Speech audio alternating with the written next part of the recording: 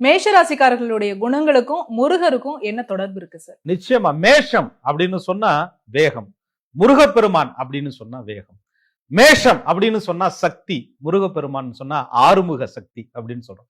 மேஷம் என்பது தலைமை பண்பு, முன்னாடி நிக்கிறது. முருகப்பெருமானுடைய அம்சமும் அதுதான். ஆக மேச ராசிக்காரர்கள்ட்ட இருக்கக்கூடிய அந்த சக்தி, வேகம், தலைமை பண்பு, எதிலும் முன்னிருக்கக்கூடிய ஆர்வம், எவ்வளவு பெரிய பிரச்சனைகள் வந்தாலும் வழி நடத்தக்கூடிய ஒரு குணாதிசயம், எதிர்த்து நிற்கக்கூடிய ஒரு போர்த்திறன், பின்வாங்காத ஒரு குணம். சொல்லுவாங்கல்ல, எப்பாடுபட்டாலும் பிற்பாடுபடாதவர்கள் மேசராசிக்காரர்கள்னு சொல்லுவாங்க இல்லையா? ஆக மேசராசிக்காரர்களிடம் இருக்கக்கூடிய அந்த துணிவிற்கும் முருகப்பெருமானுடைய அருளுக்கும் சம்பந்தம் உண்டு.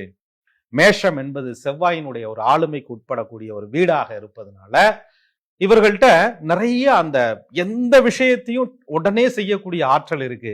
ஆக மேசராசிக்காரர்களுக்கே தெரியாம அவங்கள்ட்ட மிகப்பெரிய ஒரு பிரச்சனை ஒண்ணு இருக்குங்க. என்ன பிரச்சனை சார்? அதாவது யோசிக்காம முடிவெடுக்கக்கூடிய ஒரு தன்மை மேசராசிக்காரர்கள்ட்ட உண்டு. யோசிக்கிறதுலாம் கிடையாது. பின்னாடி என்ன வினை பிரச்சனை என்ன நமக்கு வரப்போகுது அதை பத்தி எல்லாம் யோசிக்கிறதுல எட்ரா ஆக்ஷன், உடனே அந்த களத்தில் இறங்கக்கூடிய ஒரு தன்மை என்பது மேசராசிக்காரர்கள்ட்ட உண்டு. இது சில நேரம் அவர்கள் பலம் என்று நினைப்பார்கள். ஆனா இதுதான் மேசராசிக்காரர்களுடைய வீக்னஸே, பலவீனமே அதுதான். யோசிக்காம அவசரப்பட்டு எடுத்த முடிவுனால நிறைய பிரச்சனைகளை மேசராசிக்காரவங்க நிச்சயமா சந்திச்சிருப்பாங்க. மேசராசிக்காரவங்க அவங்க வாழ்க்கையில இந்த பிரச்சனையை சந்திக்காத நபர்களே இருக்காது, அவர்களுடைய அவசரகதி முடிவுனால.